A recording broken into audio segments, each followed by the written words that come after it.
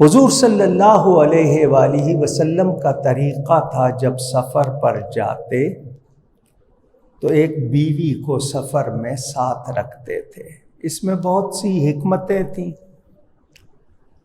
بیویوں کو پتہ تھا کہ حضرت عائشہ سے حضور زیادہ پیار کرتے ہیں تو وہ اپنی باری قربان کر دیتی تھی کہ ان کو لے جائیے، یا حضور قرعہ ڈالتے تھے، جس کا نام نکلتا تھا اس کو ساتھ لے جاتے تھے۔ سفر کا طریقہ یہ تھا کہ ایک آدمی کو آگے رکھا جاتا تھا کچھ فاصلے پر، کہ آگے سے اگر کوئی ایسی بات ہو تو وہ فوراً آ کر بتائے۔ ایک آدمی پیچھے رکھا جاتا تھا کچھ فاصلے پر تاکہ پیچھے کی خبر رہے۔ یہ طریقے تعلیم کرنے تھے ہمیں سکھانے کے لیے۔ حضرت سیدہ عائشہ صدیقہ اپنی جسامت کے لحاظ سے ہلکی پھلکی، یعنی کوئی بھاری بھرکم خاتون نہیں تھی۔ پالکی ہوتی تھی، اس پہ اونٹ پہ رکھی جاتی تھی، اس پہ پردہ ہوتا تھا۔ ایک جگہ پر سفر میں حضور نے پڑاؤ کیا، ٹھہرے، پالکی اتار کر نیچے رکھ دی گئی۔ حضور صلی اللہ علیہ وسلم نے لشکر کو چلنے کا حکم دیا۔ حضرت سیدہ پالکی سے نکل کر حاجت کے لیے کہیں گئیں، ابھی واپس نہیں آئی تھیں۔ صحابہ نے پالکی اٹھا کے اونٹ پر رکھ دی، کیونکہ وزن وغیرہ کا کوئی اندازہ نہیں تھا۔ لشکر روانہ ہو گیا۔ سیدہ جب واپس آئیں تو لشکر جا چکا تھا، وہ وہیں بیٹھ گئیں کہ مجھے نہیں پائیں گے تو میرے لیے آئیں گے۔ وہ جو شخص پیچھے تھا وہ جب آیا، وہاں پہنچا تو اس نے دیکھا کہ مومنوں کی ماں بیٹھی ہوئی ہیں۔ تو ہمارے ہاں منہ سے کیا لفظ نکالنے چاہیے؟ ہم لوگ اپنے طور پر یہ کیا ہو گیا؟ یہ ہم لوگوں نے آج کل لفظ کہنے شروع کر دیے۔ صحابی نے کہا سبحان اللہ۔ کیا کہا؟ اللہ پاک ہے، سبحان اللہ، ماشاء اللہ، اعوذ باللہ، نعوذ باللہ، بارک اللہ، تبارک اللہ۔ یہ لفظ ہم بولتے تھے، اب ہم بولتے نہیں۔ انہوں نے سواری پیش کی، سیدہ سوار ہو گئیں۔ جب یہ مدینہ پہنچے تو منافق جو زبان سے کلمہ پڑھتے تھے، دل میں ایمان نہیں رکھتے تھے، انہوں نے اس بات کو ہاتھوں ہاتھ لیا، جیسے کسی کے ہاتھ کوئی بات لگ گئی مزہ لینے کے لیے۔ انہوں نے شور مچا دیا اور حضرت عائشہ کے بارے میں نامناسب باتیں کی۔ میں وہ لفظ آپ کو نہیں سنا سکتا۔ اس واقعہ کو واقعہ افک کہتے ہیں، الف کاف، کیا کہتے ہیں؟ افک۔ یہ قرآن میں ہے، ان الذین جاؤوا بالافک، یہ افک کا واقعہ کہلاتا ہے۔ منافقوں نے شور مچایا۔ بظاہر حملہ تھا حضرت عائشہ صدیقہ پر، حقیقت میں حملہ تھا نبی کی نبوت پر، کیونکہ نبی کی بیوی معاذ اللہ خراب نہیں ہو سکتی۔ تو ان کے کہنے کا مطلب یہ تھا کہ حضرت عائشہ کے بارے میں غلط بات کر کے یہ کہنا کہ یہ نبی ہی نہیں ہے، یہی مراد تھا نا، حملہ تو نبوت پر تھا۔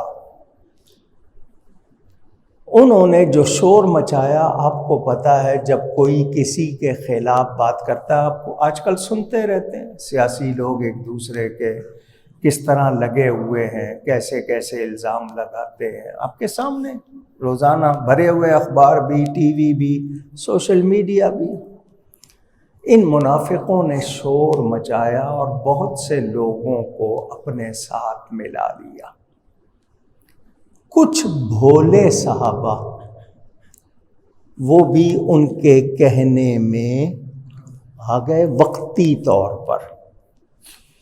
نبی کریم صلی اللہ علیہ وسلم اعلان فرما سکتے تھے، میری بیوی ہے، میں اپنی بیوی کو جانتا ہوں، مجھے کوئی شک نہیں، تم لوگوں کو کوئی ضرورت نہیں ہے بات کرنے کی، خاموش ہو جاؤ، کہہ سکتے تھے یا نہیں؟ اونچی۔ لیکن تاریخ لکھنے والا یا دوسرے لوگ کہتے جی انہوں نے ہمیں چپ کرا دیا ہے، لیکن ان کے دل صاف نہ ہوتے۔ عورت کا معاملہ بڑا نازک۔ حضور صلی اللہ علیہ وسلم مسجد میں اعتکاف میں رات کا وقت، حضرت صفیہ رضی اللہ تعالیٰ عنہ حضور کی بیوی مسجد کے دروازے پر آئیں۔ حضور ان سے بات کر رہے تھے، دو صحابی گزرے، حضور نے ان کو رکو، فرمایا یہ میری بیوی ہے صفیہ۔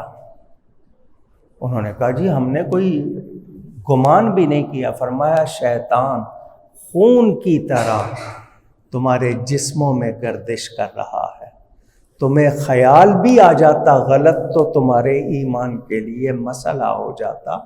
حضور نے اتنی احتیاط کی، یہ ہمارے لیے تعلیم۔ سمجھ آئی؟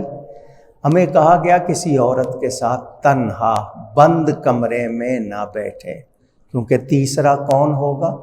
شیطان ہوگا۔ آپ کی بیوی نہیں ہے، آپ اس کے ساتھ بند کمرے میں کسی عورت کے ساتھ نہ بیٹھے۔ کسی کو بھی بدگمانی کا موقع مل جاتا ہے، بھلے نہ کہے لیکن دل میں سوچ سکتا ہے۔ حضور نے مسجد میں صحابہ کو جمع کیا، اعلان کر سکتے تھے مگر اعلان نہیں کیا۔ بخاری شریف میں حضور نے اتنا ضرور فرمایا، اللہ کی قسم اٹھا کر کہ میں جانتا ہوں میری بیوی میں خیر کے سوا کچھ نہیں۔ قسم اٹھا کر یہ بات کی کہ میں جانتا ہوں میری بیوی میں خیر کے سوا کچھ نہیں۔ صحابہ کو جمع کیا، یہ مومنوں کے امتحان کا وقت تھا، یہ امت کا امتحان تھا۔ حضور نے فرمایا کیا کہتے ہو؟ تو صحابہ نے اس وقت جو بیان دیے وہ کتابوں میں موجود ہیں۔ حضرت عمر، حضرت عثمان، دیگر صحابہ، ان کا کیا کہنا تھا؟ حضور مکھی، فلائی کہتے ہیں انگلش میں، مکھی گندگی پہ بیٹھ جاتی ہے، اللہ نے اس کو اتنی اجازت نہیں دی کہ وہ آپ کے لباس پر بیٹھے۔ آپ کے بدن، آپ کے کپڑوں پہ مکھی نہیں بیٹھتی، جو گندگی پہ بیٹھ جاتی ہے۔ تو جو رب آپ کے لباس پر مکھی کو نہیں بیٹھنے دیتا کہ وہ گندگی پہ بیٹھ جاتی ہے، وہ کسی بری عورت کو آپ کی بیوی کیسے بنا سکتا ہے؟ اتنے پیارے پیارے بیان دیے، یہ امتحان تھا صحابہ کا۔ حضور صلی اللہ علیہ وسلم چاہتے خود بھی کہہ سکتے تھے، کسی سے بھی گواہی دلوا سکتے تھے۔ اللہ اگر چاہتا تو بارش کے قطرے بھی گواہی دیتے، درختوں کے پتے بھی گواہی دیتے، پتھروں کے ذرے، صحرا کے ریت کے ذرے بھی گواہی دیتے، دودھ پیتے بچے بھی۔ حضرت یوسف پر تہمت لگی تھی، دودھ پیتے بچے نے گواہی دی۔ حضرت جریج راہب جو تھے ان پر تہمت لگی، بچے نے گواہی دی۔ اللہ چاہتا تو دودھ پیتے بچے بھی گواہی دیتے، ہوائیں گواہی دیتی، فضائیں گواہی دیتی، مگر اللہ نے کیا فرمایا؟ محبوب یہ تیری عزت کا مسئلہ ہے، میں گواہی دوں گا۔ واحد خاتون ہیں پوری کائنات میں حضرت عائشہ، اللہ نے ان کی پاک دامنی بیان کی، 17 سے زیادہ آیتیں ان کی شان میں اتاری۔ وہ ہیں حضرت عائشہ صدیقہ۔ یہ صدیقہ کا لفظ اسی لیے بولا جاتا ہے کہ وہ سچی ہے۔ یہ نبی پاک کی زوجہ محترمہ، قیامت تک کے لیے قانون بن گیا۔ کوئی اور گواہی دیتا، ہو سکتا ہے لوگ نہ مانتے، رب نے خود گواہی دی۔ اس سے اندازہ کریں نبی پاک کی عزت کا اور سیدہ کی عزت کا کہ کتنی شان والی خاتون ہے، وہ مومنوں کی ماں ہے۔ تو چونکہ نبی کی عزت کا مسئلہ تھا، رب نے خود گواہی دی۔